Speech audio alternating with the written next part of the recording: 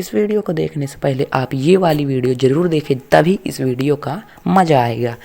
तो दोस्तों अब चलते हैं वो प्लान क्या था जो साधु महाराज ने बनाया था। तो जैसा कि हमने पिछली वाली स्टोरी में बताया था कि ज्ञानचंद्र साधु महाराज के पास मिलने जाता है और जैसे ही जाता है तो साधु महाराज उसके मन को जान जाते हैं कि ये किस मकसद से आया है। तो अब बात करते हैं वो क्या प्लान बनाते हैं। साधु महाराज को जब ज्ञानचंद्र कहता है कि हमसे बहुत बड़ी गलती हो गई, भूल हो गई कि जो हमने आपको अपने घर से बाहर निकाला मतलब अपने घर से बेइज्जत करके दूसरे के घर भेजा, आप हमारे घर चलिए और भोजन ग्रहण कीजिए। साधु महाराज कहते हैं कि हमें इस वक्त भूख नहीं लगी है, उनको पता है कि ये किस लिए आया है।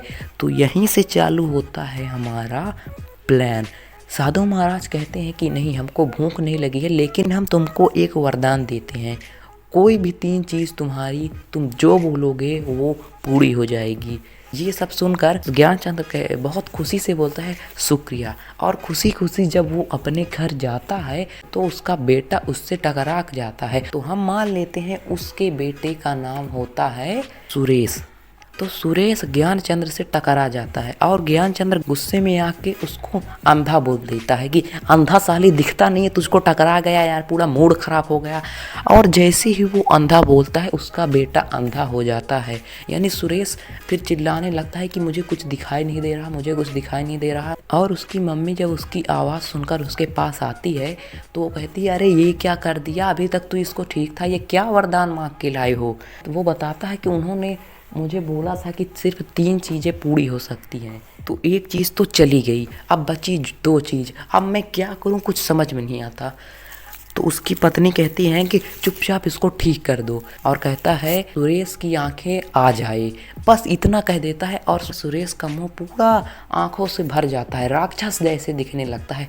और वो फिर से लड़ाई करने लगे कि ये क्या कर दिया यार, ये आदमी है, राक्षस थोड़ी ना है, तुम्हारे 2 वरदान भी चले गए और कुछ हुआ भी नहीं और नुकसान ही हुआ।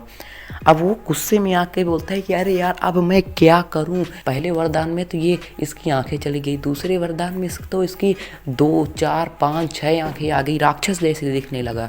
और तीसरे वरदान में अगर मैं इसको ठीक करूंगा तो भी चला जाएगा, और अगर अपना घर बनवाऊंगा अच्छा मस्त तो भी चला जाएगा।